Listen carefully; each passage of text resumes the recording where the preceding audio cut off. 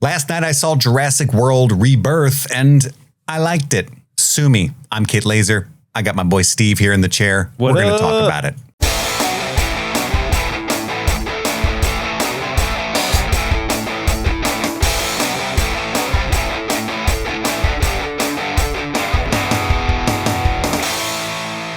It's fine. It's a decent summer blockbuster monster movie. I think the biggest problem with this movie is that it's not really a dinosaur movie. And that's what people go to see Jurassic Park, Jurassic World movies for, is to see dinosaurs. But ultimately, I had a good time. I saw it with a big crowd of people. I took my son with me. Everyone around me was laughing at the jokes, oohing and on. They seemed scared at the tense moments by the big monsters.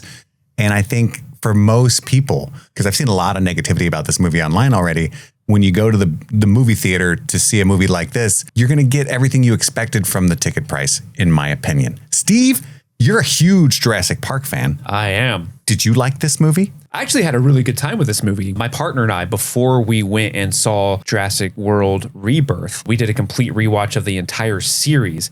And let me tell you what, coming to this after watching Dominion, hoo boy, it's like a breath of fresh air. I did the same thing. And I wonder if that's partially why I like this movie so much, is I had just finished watching Fallen Kingdom and Dominion. And it's like a huge, for me, this is my ranking. This might help you decide where you fall in life. If you haven't seen this movie yet, if you want to go. I think Jurassic Park 1993 is a perfect movie. Not a hot take. Most people do. It's one of the best movies ever made. Amen. Now, I would personally put Jurassic World second. That might be a hot take. I don't know. A lot of people make fun of Chris Pratt. They make fun of Jurassic World. That's fine. Actually, I encourage that. But where I come in is I think it's a really fun movie. I think that Jurassic Park should be in a theme park. And so far, out of the 7 movies, there's only 2 that do that. I like those the best. A lot of people put The Lost World at number 2. That's a totally fair thing to say. It's still directed by Steven Spielberg. It's also written by David Koepp. And there's a great cast. It's got Julianne Moore and Vince Vaughn and Pete Postlethwaite and Peter Stormare. I think for me, the problem is that a lot of the characters do a lot of really dumb shit. Not a single intelligent decision is made. And that kind of bothers me because when that's used to drive the plot, it just irks me. And then it becomes like a Godzilla movie, which is neat, but also not really what I came to see. If you have that as your number 2, that's totally fine. And then I think Rebirth is right with those 2 movies in that second tier of Jurassic Park movies. And then there's another gap, not a big one, but a gap. And we get Jurassic Park 3. Again, it's fun to watch. It's a lot better than I remember it being, if I'm being honest, when I rewatched it. But it's goofy as hell. Nothing makes a whole lot of sense. It goes all Jumanji with that kid that he's been living there for like 8 weeks. And he comes out dressed like Robin Williams with his like leaf outfit on. That Tyrannosaurus piss. You don't want to know. Yeah. It's like, no, seriously, dude, how did you get that? Well, there are questions we need answered. I need you to tell me. But yeah, it's got Téa Leoni and it's got Frank Gallagher. And it's fun. It's fine. It's funny to me because anytime Sam Neill and Laura Dern come back, you know it's going to be one of the worst Jurassic Park movies ever, apparently. And then there's another huge gap, and you've got Fallen Kingdom and Dominion at the very bottom, to me. Steve, what about you? What's your ranking? Where are you sitting? I think your ranking is pretty spot on. I think that second tier of movies, your Jurassic World, Lost World, Jurassic Park, and Jurassic World Rebirth, I kind of have to sit to figure out where I would rank them amongst the 3 of them because I enjoy all 3 of them pretty much the same. I think The Lost World, I rewatched it recently, and I do still love that movie, but you can just tell that that movie was just butchered in the editing bay, and a lot of things don't make sense because scenes were cut.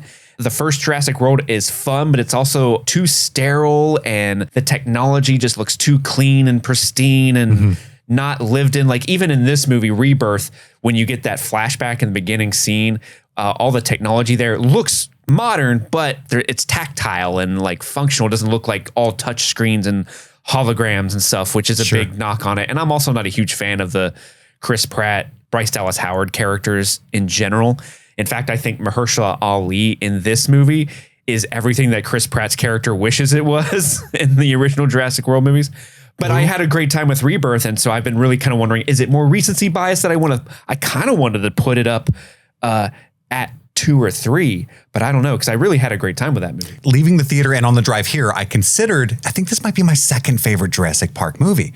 But like all of my friends, who are critics and stuff, just hate this movie. And I get it. They're exhausted. The commodification of an anti-corporate movie is exhausting. And, we got 10 years of this now. So, but at the same time, there's some stuff that really works in this movie for me. So if you don't know, the story of Rebirth is completely separate from any of the stuff that we've seen so far, basically. And so Scarlett Johannson is like a mercenary who's tasked with the objective of going in and getting DNA samples from these dinosaurs, the giant ones, so that they can make some experimental drug to cure heart disease and save tens of millions of lives. And there's Big Pharma's paying for the operation because they want to charge a hefty fee for these pills. If Big Pharma ever needed a face, Rupert Friend is a great face for that. He's a great stand-in character for greedy corporations that is always present in these films. Jonathan Bailey, the paleontologist, is great. So it's like a completely standalone story. It's really neat. The problem is that these aren't dinosaurs for the most part. There's a great sequence with the T-Rex, but for the most part, they're all mutants. They're all different.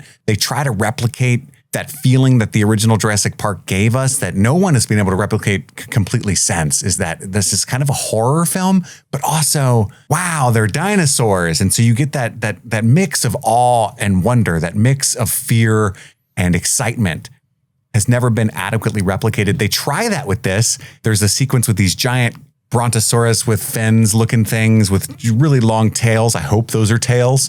Titanosaurus. I got throwbacks to 28 years later and during that scene. Oh, it's the summer of Dong. PTSD. The big bad in this movie, for the fourth time in a row, is not even a dinosaur. It's a mutant dinosaur, a fake dinosaur, a phinosaur, if you will. And this one was a cross between a T-Rex and Seth Rogen. Instead, how is it Seth Rogen? I love that though. It's a beluga whale, but then there's that Zack and Miri scene where he's like, "I look like a beluga whale." So now, whenever it roars, I'm just going to imagine going. Nobody else remembers Zack and Miri, I don't think, but I think about it often.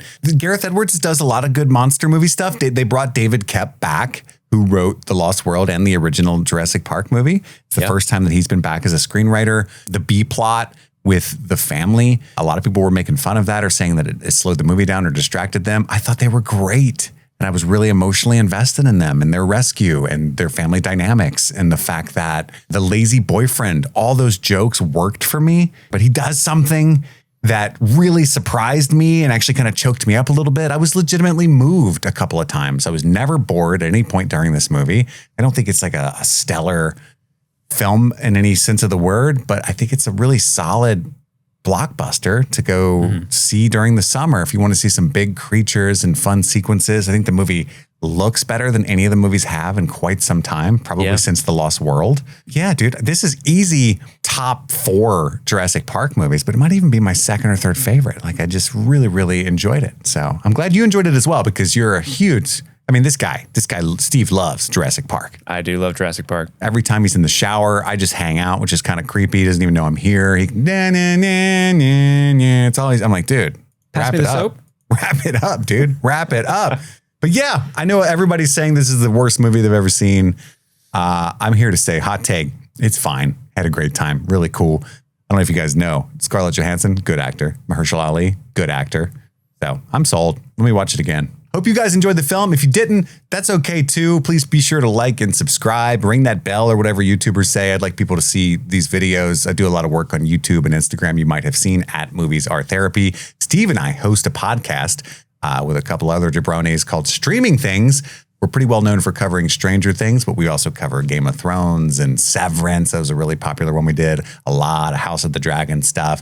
All kinds of movies. If you're into that kind of stuff, check that podcast out. Thank you for watching.